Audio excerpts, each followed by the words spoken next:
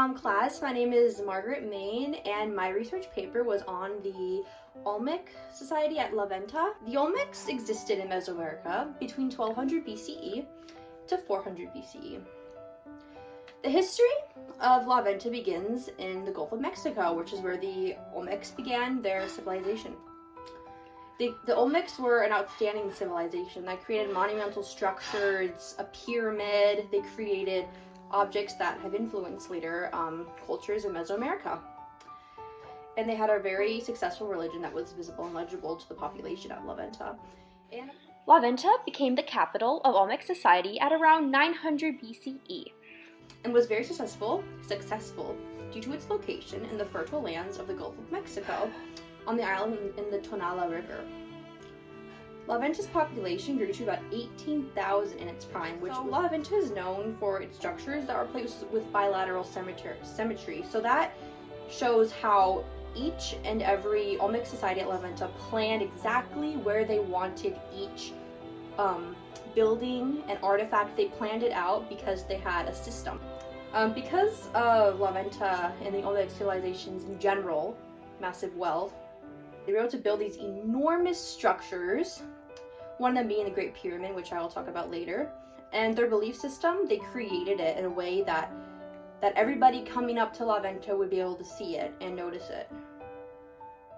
So this is a video I found on YouTube titled La Venta Tabasco Zona Arqueológica, and this is just a walkthrough of what La Venta looks like today, and I thought it was a great video to show you guys.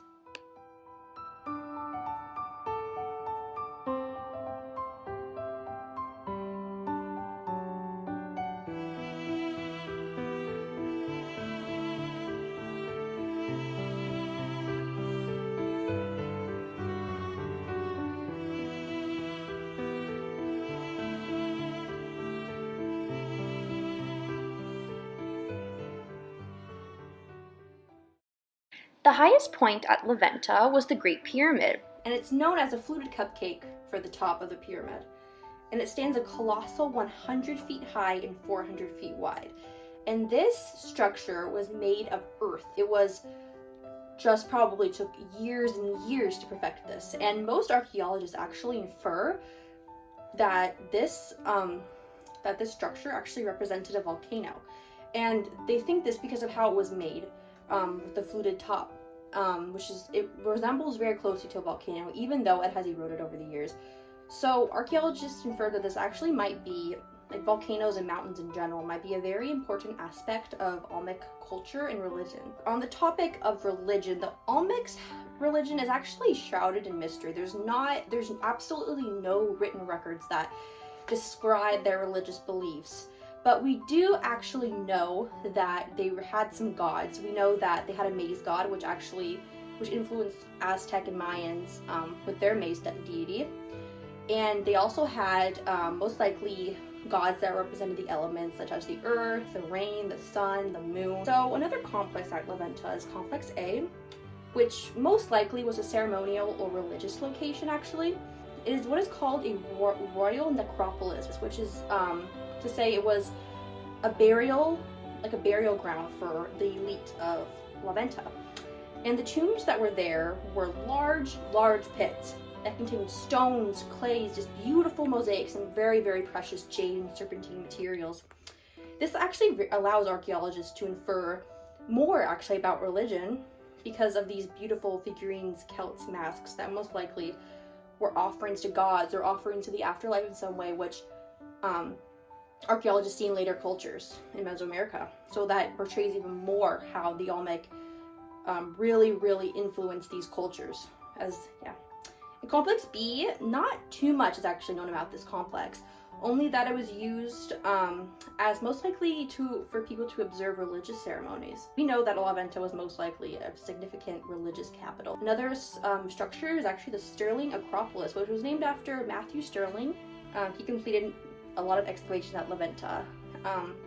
This acropolis is made of 2 platforms. It was discovered with pieces of columns, statues, and actually a drainage system, which was outstanding.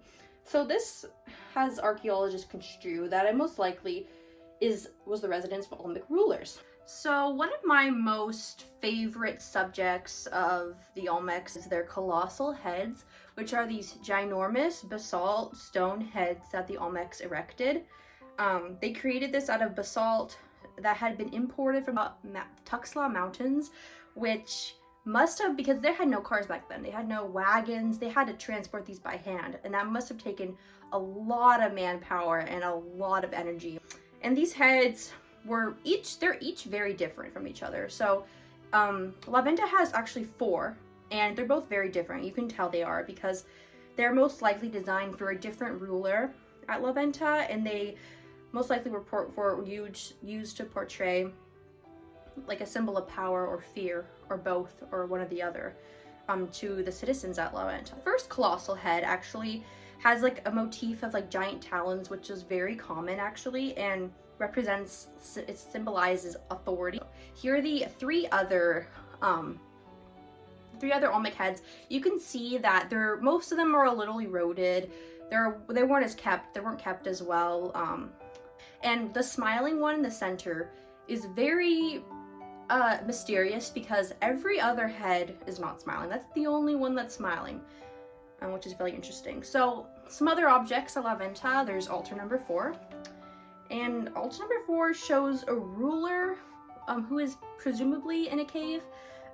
He's holding a rope that is wrapped around the perimeter of the altar. And his grasping of the rope, as you can see, really portrays like his power, his grasp on the population of La Venta, to show his power, his authority, so citizens might fear him. So altar number 5, which is shown here, portrays a ruler holding out a deceased infant. And this most likely represents 2 things. It either represents a fear of illegitimacy or an Olmec ruler's loss of an heir, which was most likely just devastated this entire city and this ruler at Olmec society. So another object at La Venta is known as Stela number 3. It depicts 2 men facing each other. The man on the right holds a baton while the other one has a beard. He's wearing a beard. And these 2 men are surrounded by deities watching over them. And this causes archaeologists to infer that this maybe is evidence that the Olmec civilization at La Venta and everywhere, they kept records of specific events, because this most likely was a specific event that occurred, which was an amazing discovery for archaeology of ancient Mesoamerica. Another object, offering number 4, which was just an outstanding piece, that's definitely a scene taking place. And this was made using jade and serpentine. But they're both very tedious and challenging materials to work with. So the Olmec people must have taken them a long time just to create this with these precious materials. And this offering, it has 15 jade and serpentine figures with just 1 figure made of granite, which is very interesting because why is this 1 figure made using granite and the other are made using precious materials? Because jade during this time was even more precious than gold. It was extraordinarily significant to the Olmec society and influenced later societies in Mesoamerica.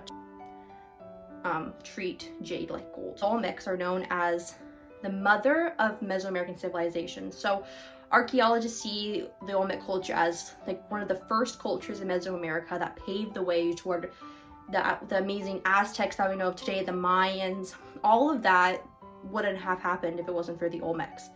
Archaeologists really helps them to have a civilization that they know paved the way.